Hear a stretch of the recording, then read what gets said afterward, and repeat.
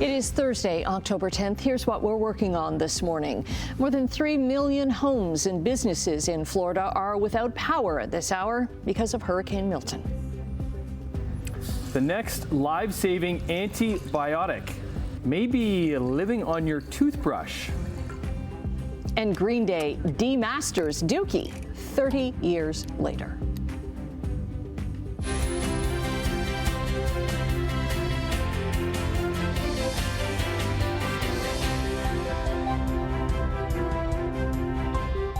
You were saying Dookie was the first album you ever bought?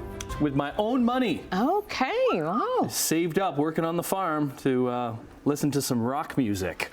Oh, no. Oh, no. Oh, no, not rock music. Oh, no. Turn that down up there. Boy, oh, boy. Yeah, all those are the days. Good morning, family. Good morning. Morning. Morning. How are we doing? Good. Another day of the chilliness as you walk out the door. Yeah, it's a little chilly this morning. The old shoulders come up a little bit. Yeah, they do. All of a sudden they're creeping up here. Yeah, temperature right now 3 degrees, and we do have a frost advisory in effect for Hamilton. Other areas as well as away from the lake, so patchy frost is still possible this morning, even though we're sitting at 3. And of course, because we're still a long way, 7:28 is sunrise this morning, that temperature can still dip a little bit, so we could dip it a little bit further even this morning. But today, we should hit 15 degrees. Now, at least that's around seasonal. That's about seasonal for this time of year. We were 13 yesterday. We did have a little shower roll through, but today it looks like, well, it's going to be a mainly cloudy day. I mean, we could see some squeaks of some sun, but it looks like it's going to be fairly cloudy. We've had a fairly clear sky overnight. Tomorrow, we'll get some sunshine back, and we'll talk about it coming up. Looking at traffic this morning, generally this time of the morning, there's nothing going on. Construction's coming to an end. That's our camera, 403 Waterdown Road. Nothing really to see there. We'll show you just a few MTO traffic cameras. Here's Centennial Parkway on this camera, Toronto-bound lanes coming towards us. And here's the QEW at Walker's Line. So Toronto-bound lanes heading away from us on that camera. Otherwise, nothing to show you. So it looks pretty good so far today. We'll look at weather and traffic coming up in a few minutes right now. Okay, speaking of weather, Hurricane Milton made landfall last night along Florida's Gulf Coast as a Category 3 storm, leaving behind a path of destruction. Simone Gavros joins us in studio now with the latest on Milton.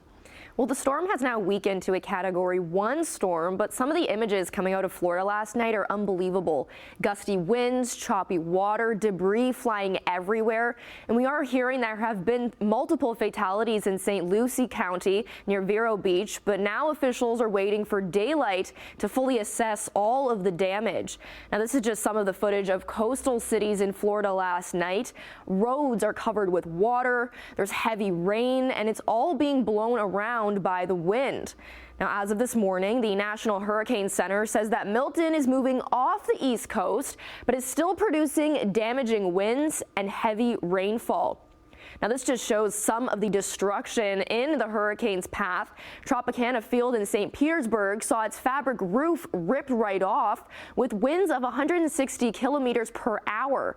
Now, this was a stadium where beds were initially set up on the field as a 10,000-person base camp to support operations and first responders. And following that damage, a crane collapsed into a building also in St. Petersburg due to the high winds as the storm rolled through. Debris can be seen in this image here. You can see the debris all over the roadway here. Now, the full extent of the damage will come to light later in the day. Now, there are a number of viewers that watch us who have emailed in about properties that they have in Florida, but we're going to bring you some of those stories throughout the morning about how their family and friends braced the storm yesterday. For now, Tim, I'll send things over to you. All right, thanks, Simone. There's also a severe solar storm watch. This was issued by NASA's Space Weather Prediction Center. So the sun has produced its largest flare in almost 20 years. It takes 1 to 4 days for the effect to actually impact us here on Earth. These photos from the Solar Dynamics Observatory shows some of the activity from earlier this morning. It follows nearly a week of flares and mass ejections of solar material and magnetic flares from the sun. They threaten to disrupt power and communications here on Earth and in orbit. Astronauts in the International Space Station, they have been advised to stay in areas with strong radiation shielding. The flares are also producing northern lights further south than normal.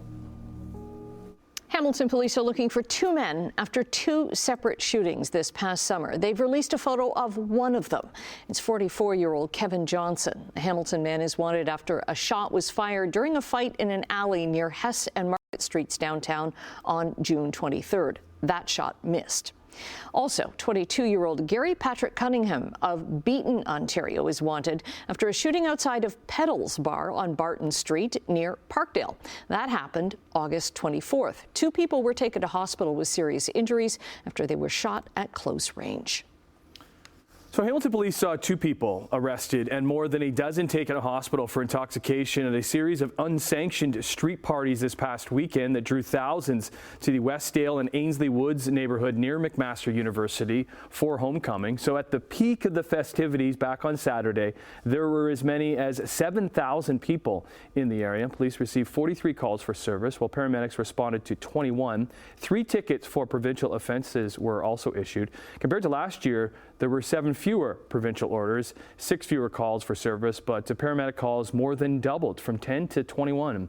Transportation for intoxication, that increased from 2 to 13. A St. Catharines teen has now been missing for 10 days. Niagara police say they were made aware of 15-year-old Emma Townsend's disappearance on Tuesday. She was last seen October 1st near Westchester Avenue and Princess Street in St. Catharines, but she has ties to Burlington, Cambridge, and Parry Sound. She's white, 5'6", with a thin build, brown eyes, and dark hair. Emma was last seen wearing a V-neck black sweater, dark gray dress pants, and black running shoes. A truck driver got stuck on one of the steepest roads in the town of Milton after ignoring road signs. So there's a reason why roads have signs telling you that it's not a truck route. So if you can see here, this fully loaded 54-ton gravel hauler is trying to come up this route here. That's the voice of a Halton police officer. This is on Twist Road in Milton. The truck got stuck on the shoulder, closing the road to other traffic for 3 hours. The driver told Halton police that he was following his navigation system. Along with disobeying the road signs, police say the driver racked up about $1,000 in tickets for defects and violations. More than 24 cats and kittens are looking for new homes after being rescued by the Hamilton-Burlington SPCA last week. Cookies and cream, butterscotch, and chocolate. Meet Cookies and Cream, Butterscotch, and Chocolate, the ice cream cats as they're known, and they're just as sweet as their names. 39 of the cats were rescued by the Hamilton-Burlington SPCA from a single home. They came from an animal hoarding situation, which is more common than people understand. 3 cats can quickly turn into hundreds of cats. That's the HB-SPCA's Director of Animal Care, Karen Reicheld. She says the shelter offers low-cost spay and neuter services at their Dartnell Road location on Hamilton Mountain so that, as she mentioned, a few cats don't turn into dozens. The influx of cats means added expenses for the shelter, especially since some of them require other forms of treatment. I wonder if there's any where you're watching of the cats watching all of those cats. So if you did snap a shot, please send it in to us. Let us know. Yeah. Okay, just before we get to the hockey story in Sportsline, big one from the tennis world.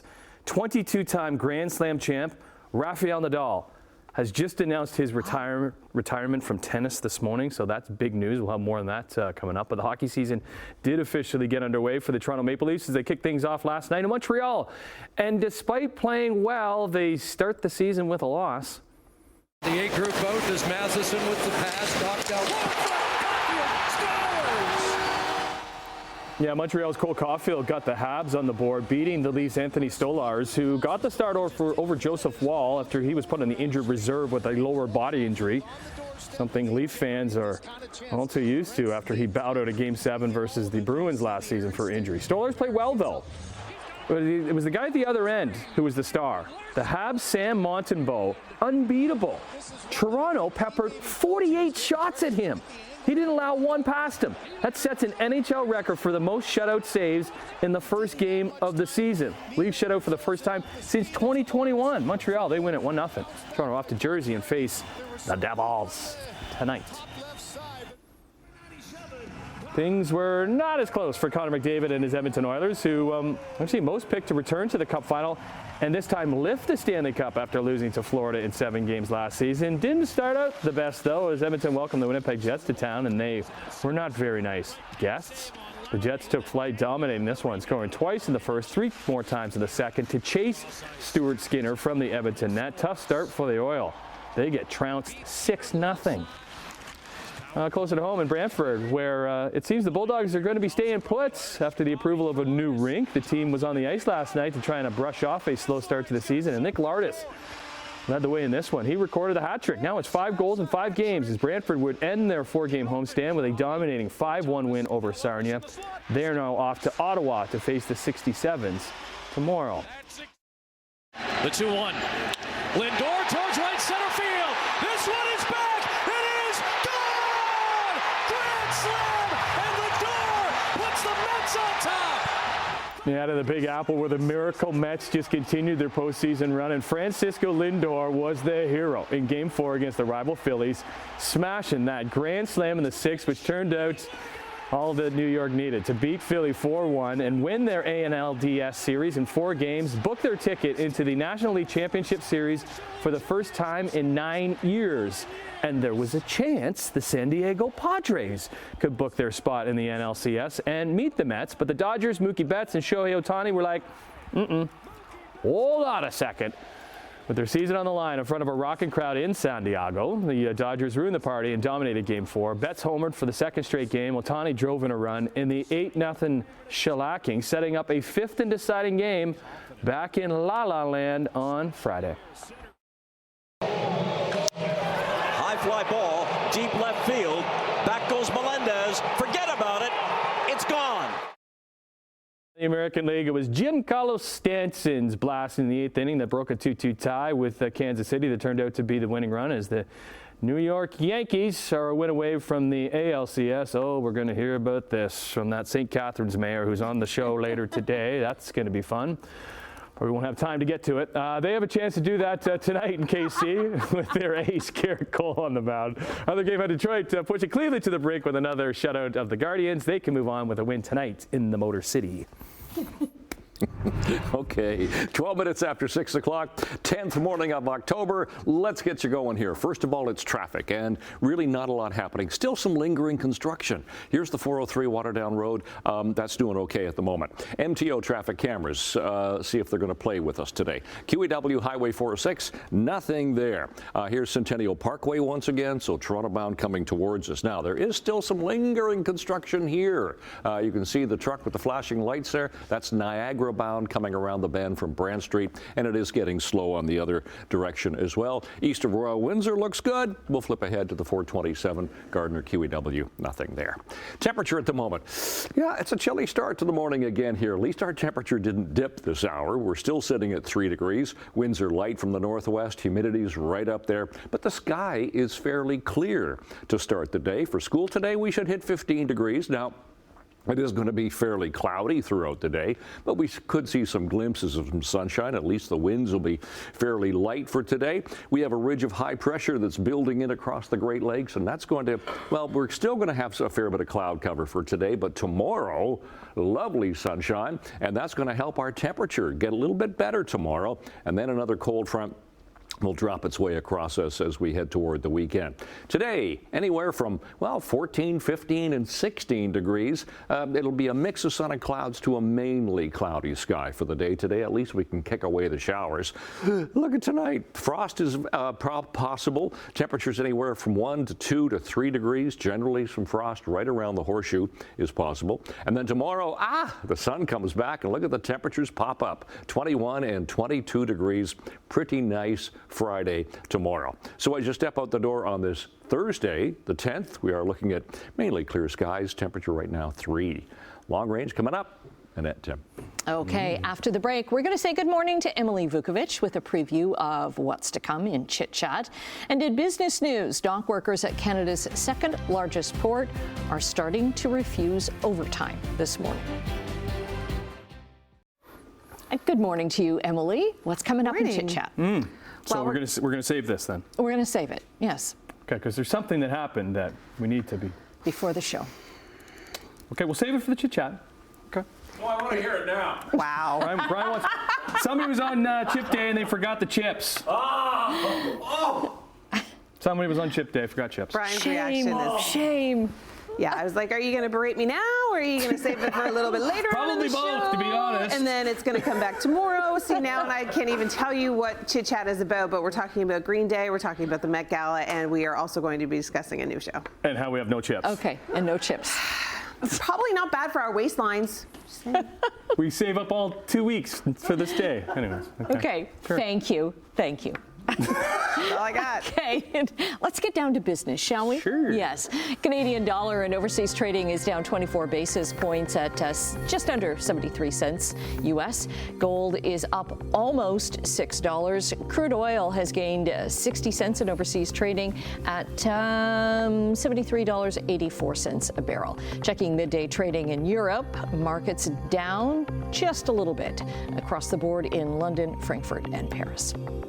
Off to Asia we go. Markets are up in Tokyo, Hong Kong, and Shanghai. What about North American markets on Wednesday? Yeah, nice gains for Bay Street and Wall Street. The winner of the day would be the Dow Jones up 431, TSX 152, NASDAQ 108. So let's see how they do on this Thursday, October the 10th. Oh, I thought it was the 9th. It's the 10th today. Yes.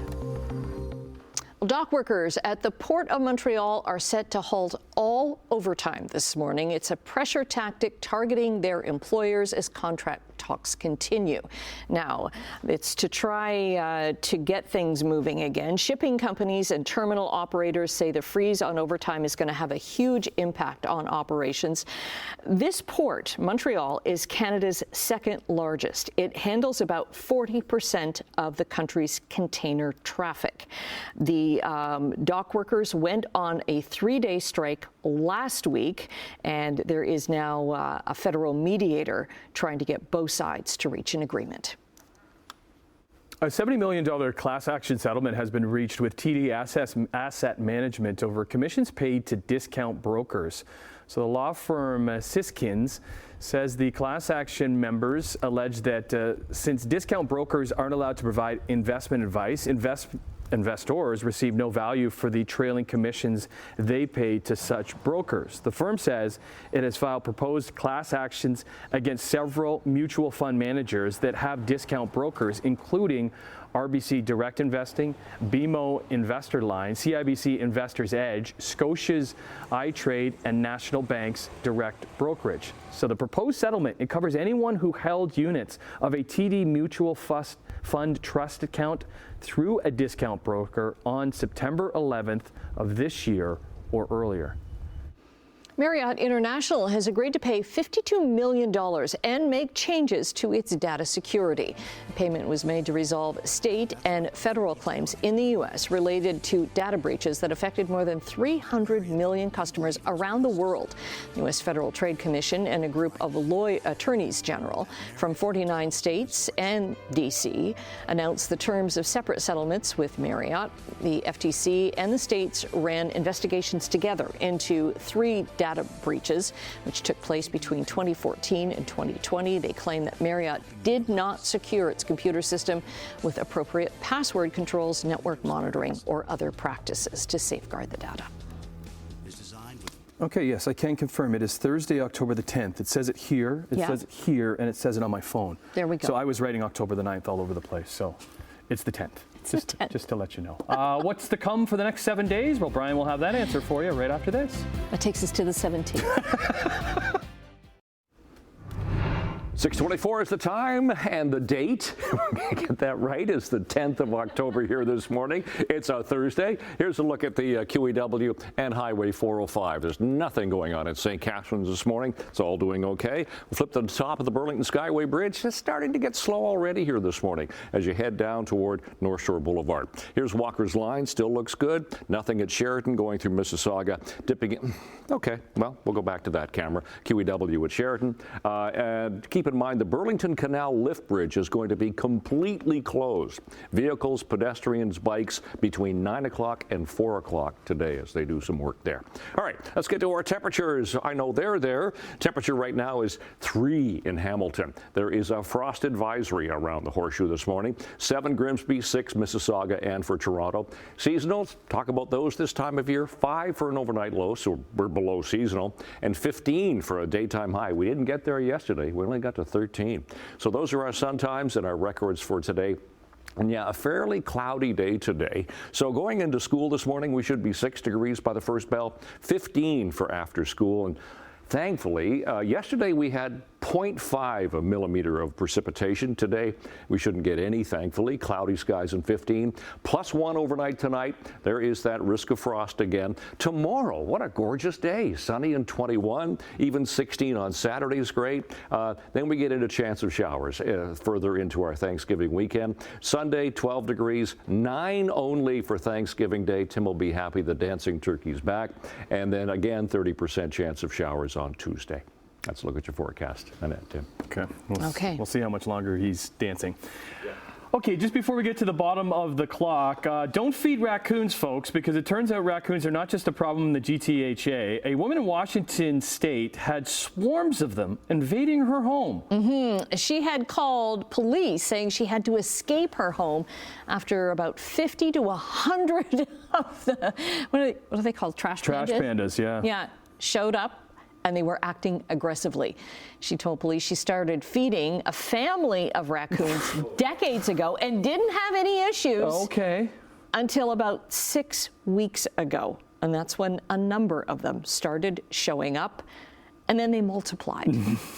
Now, police say no laws were broken, but it is illegal in Washington State to feed larger animals, like bears. I want to hear that raccoon conversation and how this came to be. So the family kept it quiet for so long, and then somebody let it out. Hey, did you hear that? Yeah. That the raccoons down the road, they're getting fed. Yeah, why are the stewards? They look a little tubby. Where are they getting all their grub from? Whoa, garbage. Well, that's your raccoon. That's my raccoon. I see them every morning. Okay, right. Yeah, their little butts are always moving around like that. Okay, we gotta go. Thursday. It is the 10th. So glad you're here. Lots more to come. Can confirm. Right after this.